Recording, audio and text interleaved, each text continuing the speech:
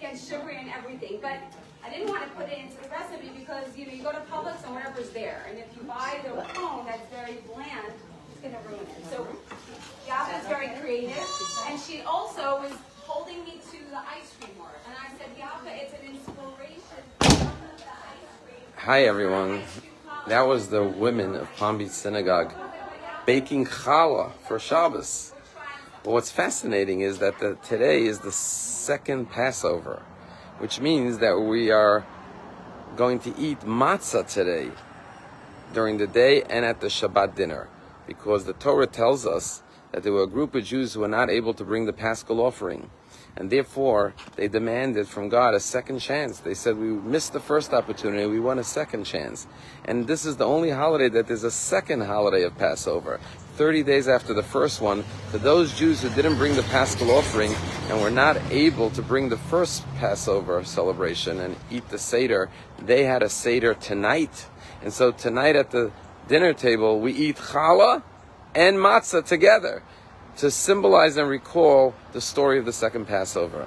And the powerful lesson of the second Passover is that had these Jews not requested a second chance, God would not have given it to them. God didn't ordain two Passovers, just like there's no two Rosh Hashanahs or two Yom Kippurs. But because they requested and said, why should we have missed out? We want to do the mitzvah, God granted it to them. And the lesson in life is that if you missed an opportunity to do something, don't think it's, as they say in Yiddish, farfallen. It's lost. It's too late. I missed the boat. You can't cry over spilled milk. The second Passover teaches you could cry over spilled milk. And God's waiting to give you a second chance and fill that opportunity for you that you missed. But all you have to do is request it.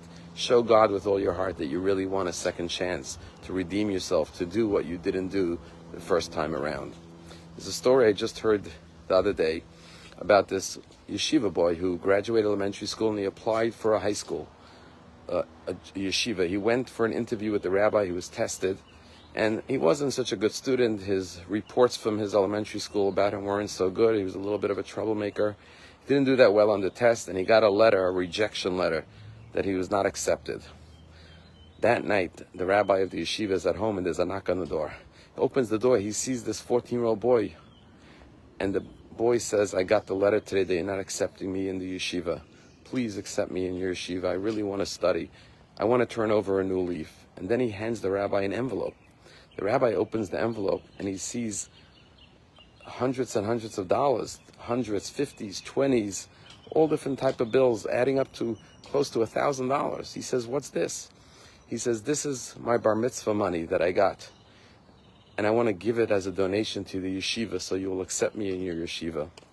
The rabbi said, look, I'm not going to take your bar mitzvah money, but I am going to accept you in the yeshiva because you showed me how much you really want to come and study. Let us ask God for all those missed opportunities in our lives. Show God we sincerely want a second chance, and God willing, God will grant it.